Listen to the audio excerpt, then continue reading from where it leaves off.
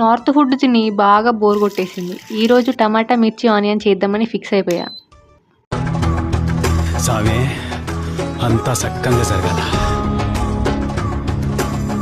చాలా easy process. Stove on చేసి oil పెట్టి ఏదో బ్లాక్ షీట్స్ పెట్టి మిర్చి ఆనియన్ వేసి ఫుల్గా మిక్స్ చేసేయాలి. 5 మినిట్స్ తర్వాత టొమాటో వేసుకొని మళ్ళీ మిక్స్ చేసుకోవాలి.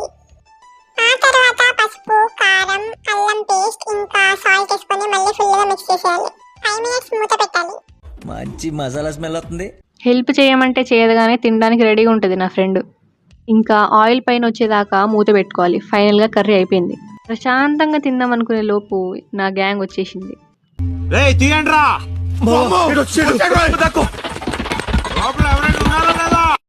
మేడ సినిమా చూసుకుంటూ 5గురం ఫుల్గా తినేసినాం.